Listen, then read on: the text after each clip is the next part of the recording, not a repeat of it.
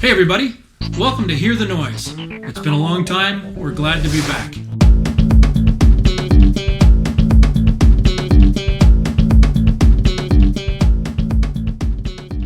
I'm here today in studio with Mike Geldreich, the current president of the Lakeside Boys Soccer Supporters Association. Mike, tell us a little bit about what's going on with Lakeside Boys.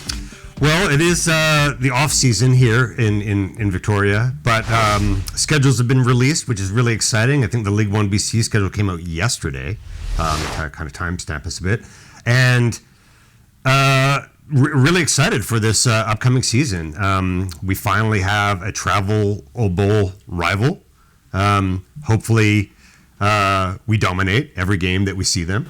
Yeah. So just for everybody, so you're aware, Lakeside Boys are currently. We support both clubs in town. We support the Pacific FC and the CanPL and Victoria Highlanders in the BC League 1. So that's where you're talking about the schedules. And both schedules have now been released. And I think it's actually not bad if you want to go to both games, right? Yeah, it's great. I don't think the League1 BC, they've released start times yet. But, hey, days are a good start. And one of the exciting things about that league for me is that every game is a doubleheader with equal importance put on both the men and women's divisions, which is great. You were at most of those games with me last year. I mean, it makes for a longer day, but it's a fun atmosphere, and I really enjoy it. Yeah, it was, I think, really a great way to do it, and certainly I think they're leading the way. Maybe we'll see something similar at the higher level, at CanPL level. Hopefully. But let's talk about CanPL's schedule, I think. Okay. From my thought on the schedule is I like the fact that I think I actually calculated out, and this year, for the first time, we don't go any longer than 3 weeks between home games. Oh, look at you. I think if I remember, because last year there was at least twice that we went 4 weeks, an entire month, without a home game. And I know part of the problem with the CanPL and the way the weather in Canada is they front load Victoria's games. I mean, Victoria plays early games because who wants to play in Winnipeg in April? I get that. It's true. I'm resigned to the fact that our seasons will often be front and rear loaded for home games. I'll never forget that first away game that Pacific FC had in the donut box in Hamilton, and our players looked absolutely miserable out there. Yeah. So I'd be thankful for that, but yeah, a 30-day window between home games is too long.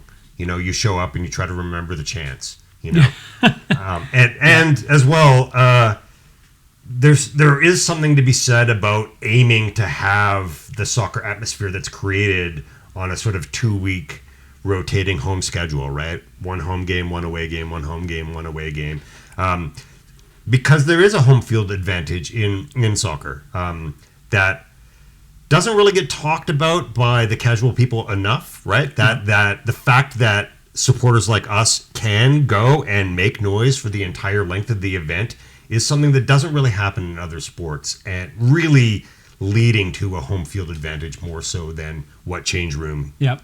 The boys got changed. And for me, the concern has often been with ticket sales, because it seems to me what happens here in the summer is we get to July and August, we get those long breaks, and you go a month without a game, and the next thing you know, I'm talking to casuals, so friends and family, who ask me, "Oh, is the season still on?" Like, I'll talk about a game that's coming up. "Oh, I thought the season was over." Yeah, haven't been in weeks. It's been so long since there's been a game, and here in the summertime, people are out doing their activities. They're going on vacations. They're taking adventure trips, whatever, kayak, mountain climbing. You know, right. The stuff we do here on the West Coast. Yeah, right. Okay, some people do. Some of us do. And they're getting out of the rhythm of going to games, and I think it affects ticket sales negatively. So I'm just glad to see us try to reduce that a little bit. Every little bit helps. Yeah, 100%. I would agree on that. I know I've had a conversation with members of the front office ticketing staff to say, hey, those summer weekend games, you'll probably get more tickets sold on the Friday night in the summer than you would at 3 p.m. Saturday kickoff. people aren't leaving to go camping through Friday rush hour, but they most certainly are not waiting around till 3:00 on a Saturday if they want to go camping. They're already gone. Yeah, you know? yeah. Or they've been out all. This is the other thing. I think they've been out all day, and they're not going to come back in the middle of the day because basically, let's face it, as soccer supporters, we spend that entire Saturday around the game. You get to the game, you tailgate at the game, you watch the game, and that's the day. I'm not going to lie. The average Pacific FC home game is a 13-hour event for me. Right. From either packing the tailgate van, making sure that the beer coolers are there, doing my hair for those that know, and get there, set everything up, watch the game, and then in reverse, right? I've often described being a supporter or going to Pacific FC games as a very cathartic event, and people will come up to me after the game, like after the final whistle, and say, "Hey, how was that?" It's still going. The event hasn't ended until I got home and washed my hair out, and that's that moment that I will pick up my phone and be like, "What does the rest of the world think about today?" Yeah. Or maybe even go see some clips of questionable calls or who knows what. Yeah, and of course the big thing coming up for PFC fans and the league in general is we've now added a team in Langley, officially going to be known as Vancouver Football Club. We can get into that if you like, but it means there's actually a local derby match within the league.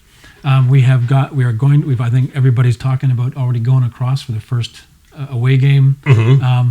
Their first game is going to be over here against us, and amazingly enough, and I love the way, frankly, the league, the front office, whoever responsible, I don't know, maybe you know, that the date was originally announced as being Friday. And I think the first reaction, even from us local fans, was, it's actually an advantage for us because the people from Vancouver can't come. Yet everybody here said, you know what, that sucks. Because we want them to come over. It's true. I think one of the key tenets of the Lakeside Boys is that we want to enhance game day atmosphere.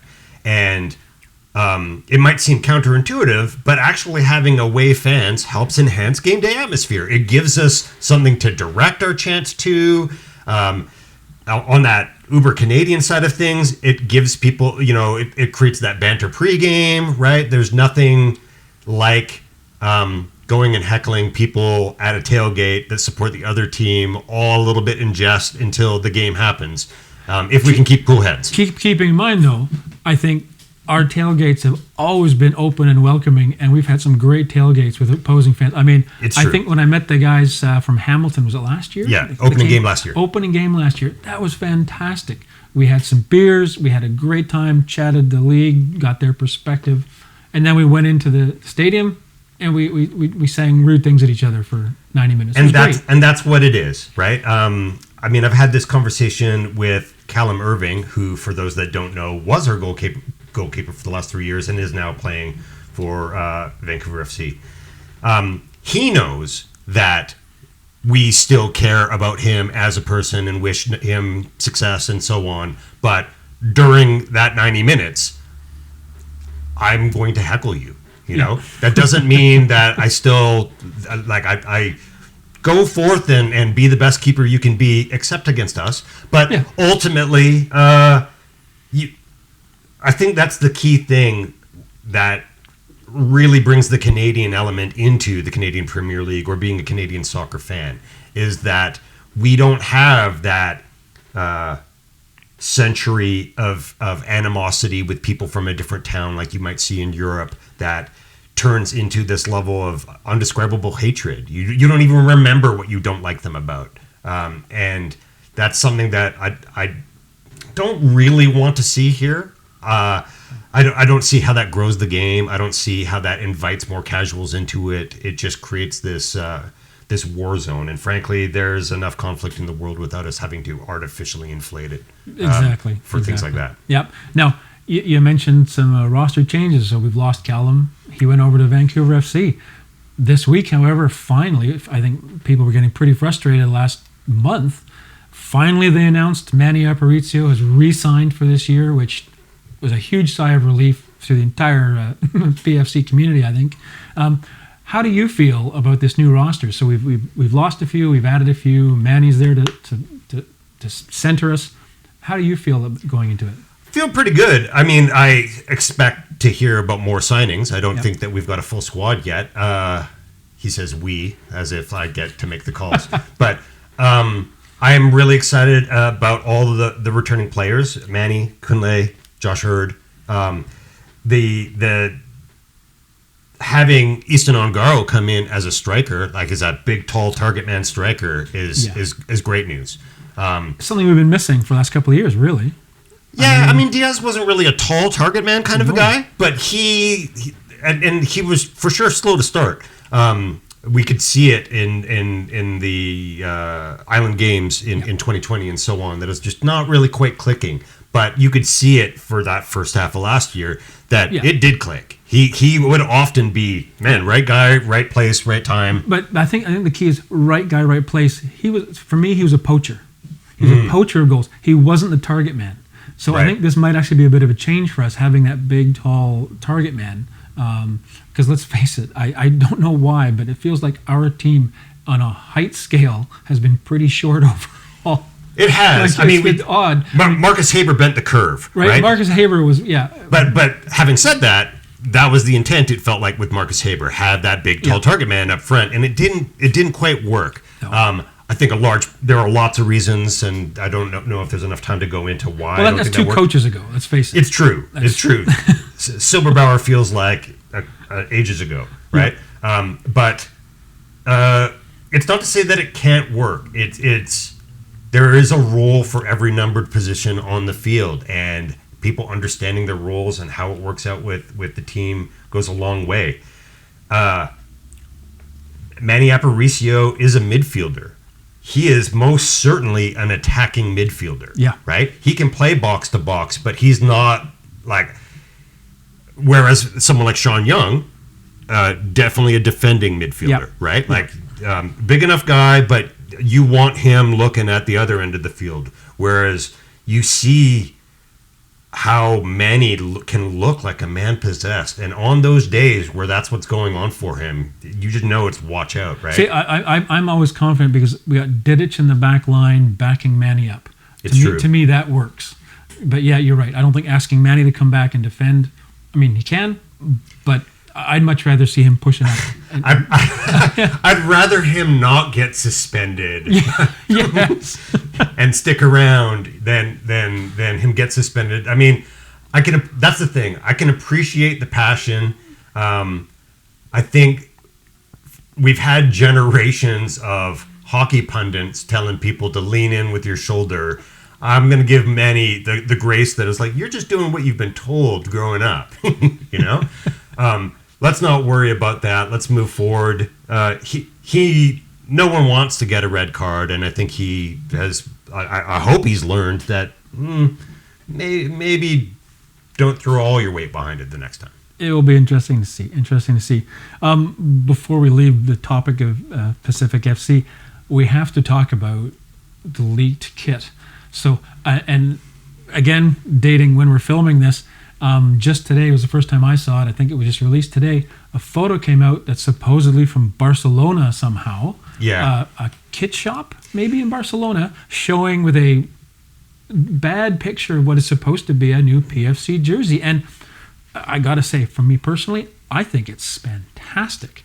The picture's a little odd. I think the camera quality is weird. The PFC or the Macron logo and the VW logo appears to be a goldish yellow. Yeah. But I think that's actually just a really crappy photo.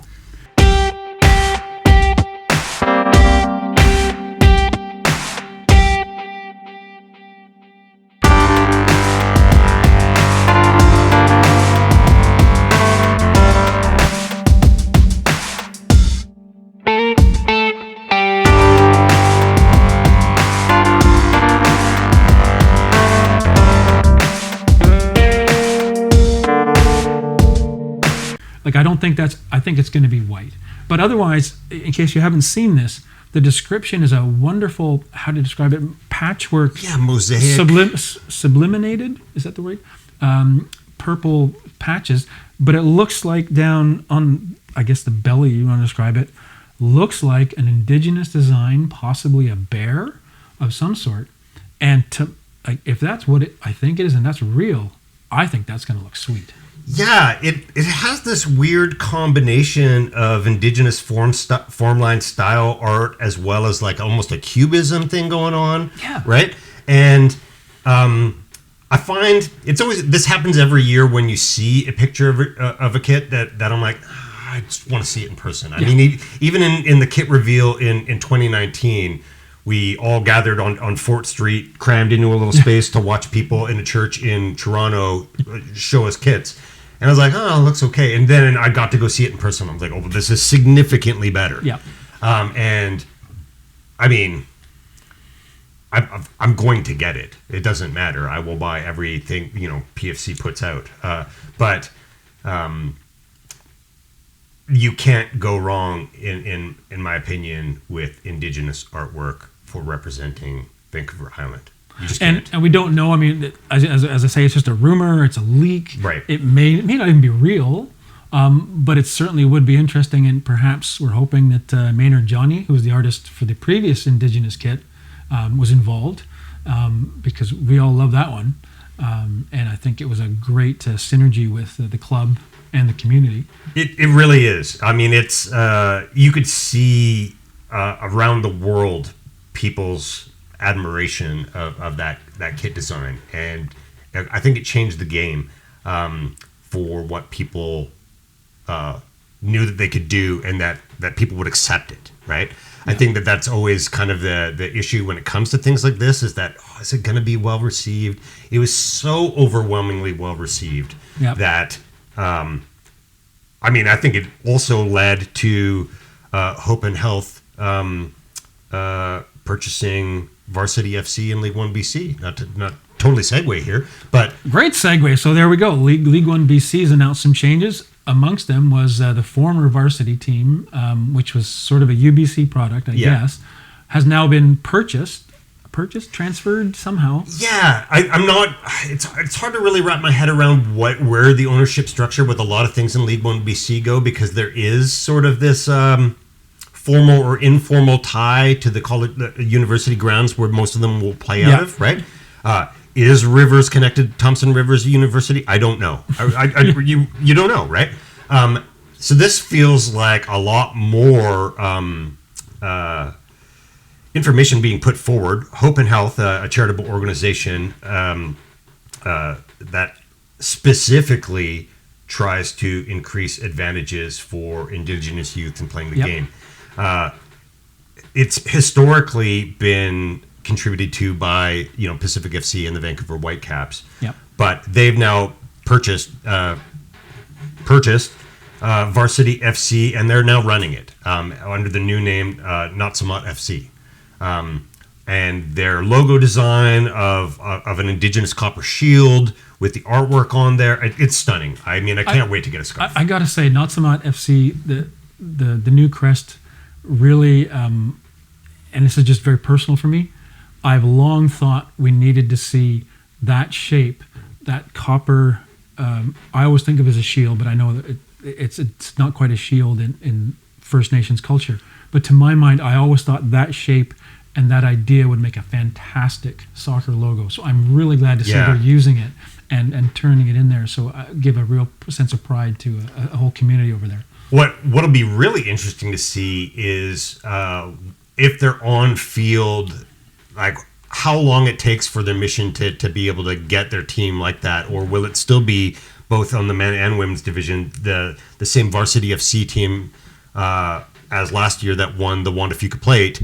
Are they going to have that same level of dominance in the league again this year? I know that their intention is to get it to a place where their team, I don't know if it's entirely comprises of Indigenous people or not, but I know that they want to create that sort of a system and structure that allows that pathway to open up. And it's interesting because this is actually a long history in the secondary leagues, going back to the days of the Pacific Coast Soccer League, and this is late 90s. So yeah, I'm old. That's okay.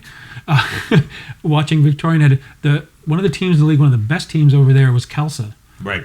New Westminster CALSA Soccer League. And they were fantastic. They were backed by the CALSA Society, the Sikh organization, and a lot of their players, most of their management and coaching staff, I believe, were sick. But the players themselves, it offered a place for them to play. It offered them a framework, but they didn't.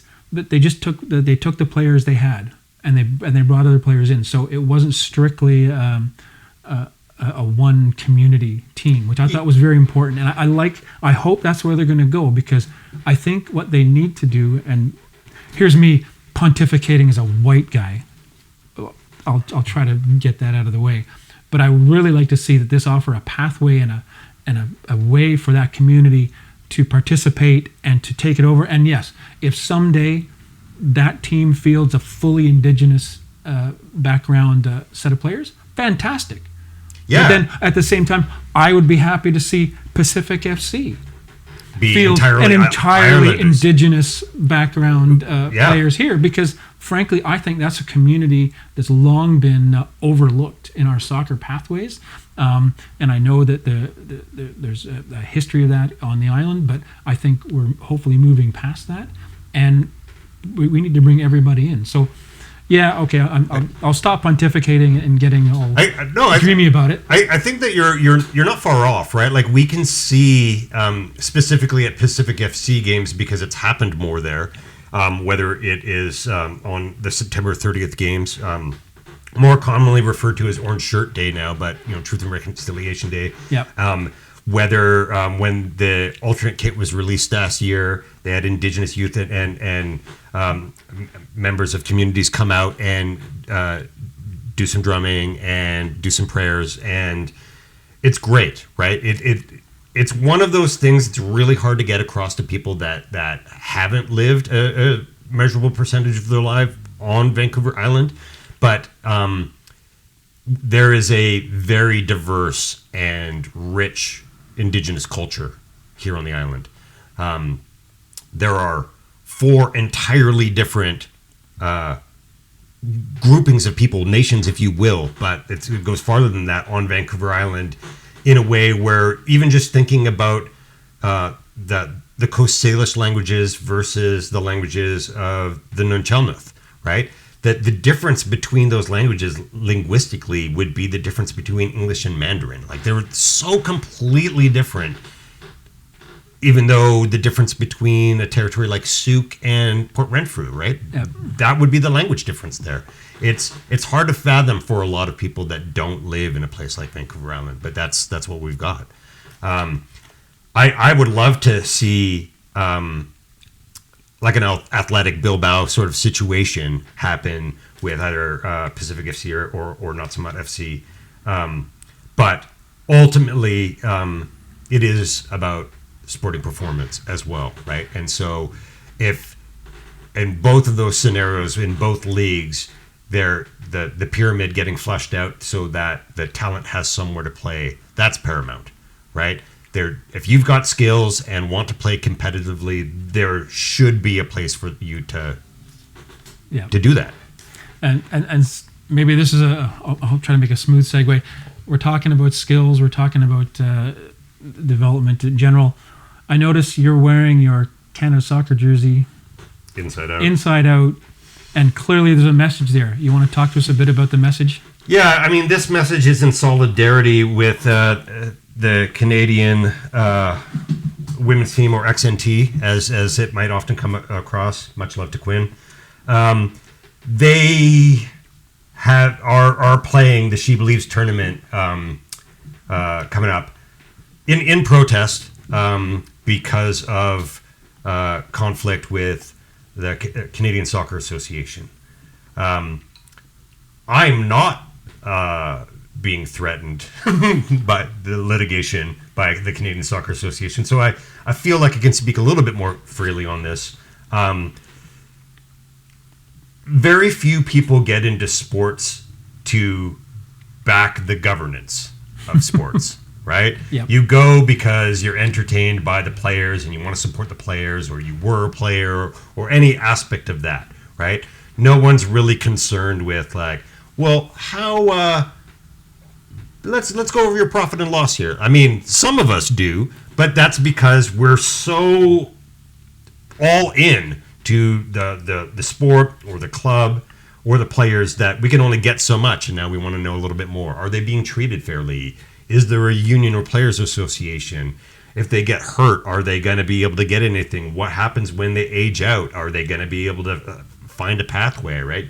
And historically in Canada, we can look at everything under the spotlight that happens with hockey. And because it's long been the so-called, the sport of Canada. Yep. Right? Well, and this is interesting. I think you bring up hockey because I think one of the issues that we're facing now is the long tradition of amateur amateur administration for soccer. Right. Because I think hockey provided a very bad example in that it had an all-encompassing, all-powerful organization for so many years, and that's the way it ran. And it's a very specific way of running a system with the junior leagues and the divisions. I think the problem is that Canada Soccer is having to, in the last 5 to 10 years, has had to grow up. 10 years ago, it was an entirely amateur organization running a virtually entirely amateur game. With some notable exceptions, it was just, I think, on an organizational level, run by, let's face it, an old boys club, but there wasn't the money to back it, there wasn't the professionalism behind it, there wasn't the corporate money and skill as there was in hockey to really lift it up and make sure it all worked. Now we've got into this situation where the Canadian national team has now made the World Cup. We now have a professional league. Now, full credit to Canada Soccer because they got this league. I don't want to suggest in any way that they weren't responsible in large part for getting this league.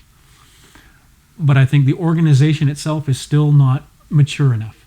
I think, I'm not sure if Bontis is actually going to be able to do anything about it. I'm not sure if he's the right person to do it. Certainly, I don't think he's handled this situation very well. The situation has certainly been played out too much in the media, and there's not the transparency. How do you feel the transparency issue has been handled? How do you think it could be improved? I mean, it's a sticky situation because you're right. It had been an amateur or an organization based around amateur sport forever, right? Soccer, up until very recently, has really just been a youth endeavor in this country. And you can even see it with some of the issues in BC soccer last year, where there was this massive divide between what the youth streams and adult streams, how they wanted to vote, and how their constitution was going to be aligned and where money was going to be distributed. I'm not even sure if they have resolved that, which goes back to speak to that point on transparency.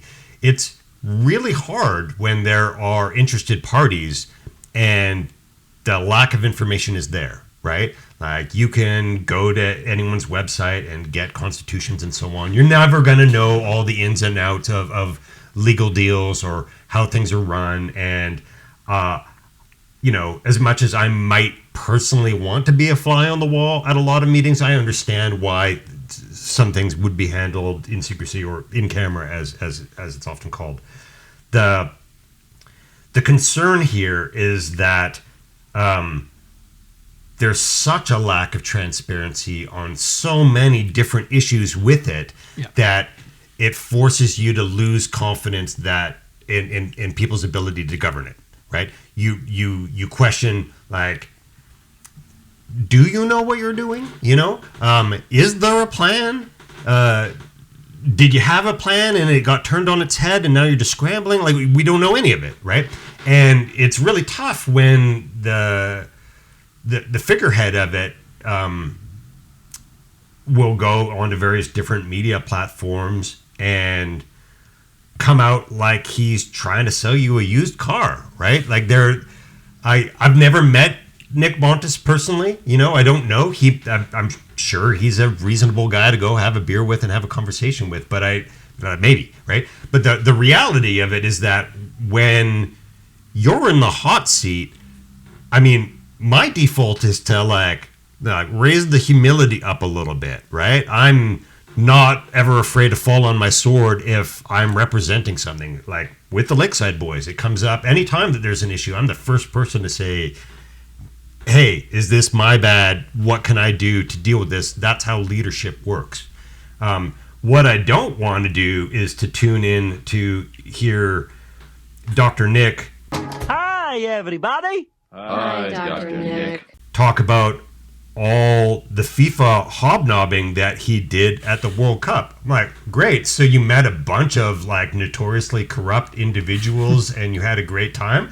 That is not the language that I want to hear, right? I want to hear, wow, we learned how it's been run and we don't want to do it that way. We want to avoid all that. We've seen where things have gone wrong and we're trying to steer the ship. It's going to take time, or any of those platitudes all of a sudden hold a different weight when you feel like the person is approaching it in the way that fans are. But I don't want to hear Nick Bontis talk about how he's just such an uber fan of the sport and how great it was to meet some of the best players in the world that have long since retired. At the same time, we're finding out, at least the rumor has been, that the women's team was told they're going to be flying basically economy class to the World Cup unless they feel like upgrading themselves. Yeah, you know, like wait a second. Like I don't want to hear about how you spent $10,000 on suits. And I mean, I appreciate the flamboyance of a lot of Dr. Nick Pontis' suits, right? I wish I had a pink suit,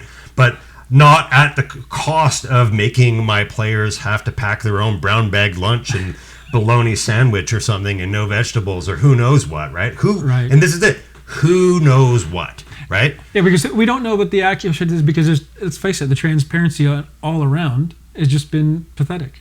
It's just not there, and I think it's leading to some dangerous confusion. This is my main issue. It has already. Because I think we can all agree that equitable treatment of the women is a minimum. Okay? Whatever, now, people are going to argue about what equitable treatment equals.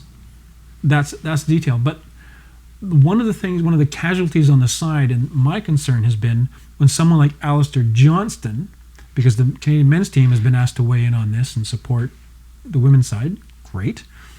But then he makes a statement like calling the CanPL a minor league and dismissing it and talking about and complaining about CSB and the CanPL and conflating these issues, because it seems to me like the CSB has been dragged kicking and screaming into this dispute to the point where CSB, the Canadian soccer business, actually had to issue a statement on this issue. The statement which said, yeah, we've offered to give some money to, I think they called it incremental funding, whatever legalese that means, to make sure that the women get a proper send-off and preparation for the World Cup. That's part of their job.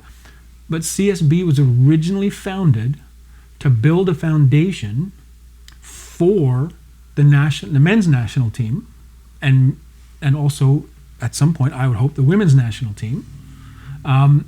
And they did that by giving us the league, the Canadian Premier League, which was a requirement to get us to be hosts for the World Cup in 26. All these things came about because the CSA was pushing them. Found a group to come together and sold them the rights to national team games, just like Soccer United Marketing had done for MLS 30 years ago. And let's face it, 30 years ago, there was a complaints about them too. It's true. You're taking money away from the national teams. Well, we're investing money from the national teams into the future, I think is what they would say. So I got to say, I don't want to hear players talking about the league and CSB in this context, because when you look at the financial statement that came out from CSA, which I guess was supposed to be a bit of transparency, it was clear that there's some money there and they're just not using it well. And this is the fear, right? It's like I saw the CSB deal with Canada Soccer back in, I think, 2018. 2018 signed, yeah. That it was with, if you could sum it up, it was to build a pyramid, right? Yep. There was a non-existent pyramid, right? So a top div men's league. how it sits in comparison to any other top division league in the world will always be debated, right? Yeah. People will say, well, it's not as good as the MLS. The MLS was exactly at this same point in 1994, or whatever. 96 to yeah, 30. exactly. Have no illusions. It's going to take time, right? And they've also now kind of involved it with taking League 1 Ontario and the PLSQ, and now the addition of League1 BC and calling it League 1 Canada and starting to fill this Div 2, Div 3 area. You have to have a pyramid to have this structure. And then funds get coming in. One of the frustrating things in hearing the CSA talk about these things is not that they made this deal, but they will often sometimes talk about money in ways that gives you even more concerning follow-up questions, right? Like last year when the men's team were done their qualifying and they were going to be playing friendlies first against Iran, and that got canceled, and then they hastily rescheduled a Panama game, and then the players 2 hours before kickoff decided, well, we're not playing this. I was in a bar in Vancouver waiting to attend the game. Right. The announcement came. I had tickets to the Iran game. It got canceled, and I decided to buy the tickets for the next game that was going to happen 4 days later against Curacao. So I went to that one anyways, being like, you know what, that seems like a safer bet. It's not going to be as competitive, but like, let's see what's going on here. So I did get to see that, and the on-field protest that happened with people strapping themselves to goals. I don't know if you remember that. Yeah, that's right. Yeah. I had to explain to my niece and nephew. They're like, "What's going on?" Yeah. Another time. Yeah. I think the biggest concern with that is that it shows that people that whether they are administration at Canadian soccer or Canada Soccer or their players, they're not all on the same page, right? Because you'll get comments like Alistair Johnson's where I don't think that he meant it in the way that he did with a full background of information behind him, right? Because he would have had teammates playing with him at games like Luka McNaughton. I can't remember if he played the game, was it Bahrain? Or I was in Mexico at the time where Luka came on. Was fielded. But this would have happened in November last year. People that wouldn't have been there had it not been for their ability to play in the Canadian Premier League and to demonstrate their skills and to be able to move up, right? Yeah. You need every stepping stone to get you there. And for a player that was in League 1 Ontario less than 5 years ago, it seems a little of a short-sighted comment.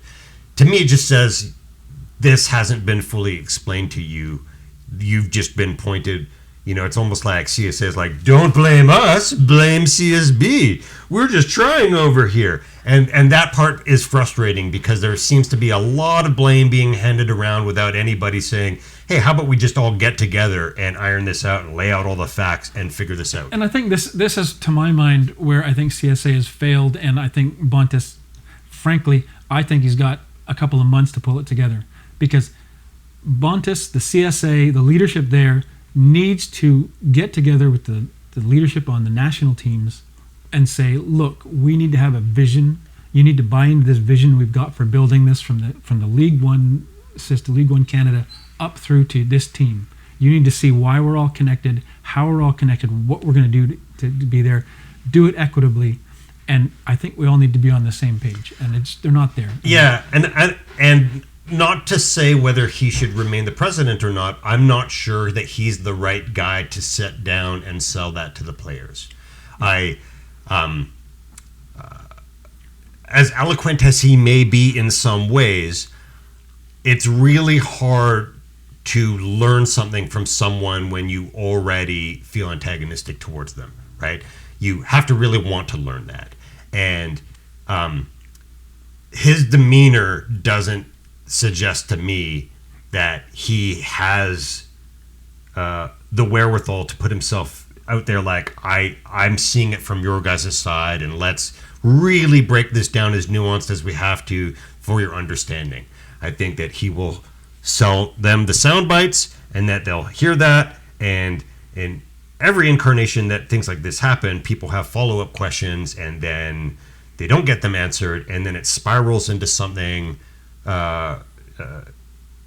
completely alien, and the next thing you know, you have an entirely different issue that came out of nowhere that might not even be a real issue, but it's an issue that's going to last nonetheless because no one actually got to have the closure they needed on the topic. Yep. And speaking of closure on topics, I think we've kind of exhausted our time for this episode. So I want to thank you, Mike, for coming. It's been great. Thanks, I hope Ted. we can sit down again. Always happy to talk with Hear the Noise. Excellent. So with that, we hope you enjoyed our little program, and we're going to have to say see you next time when you hear the noise.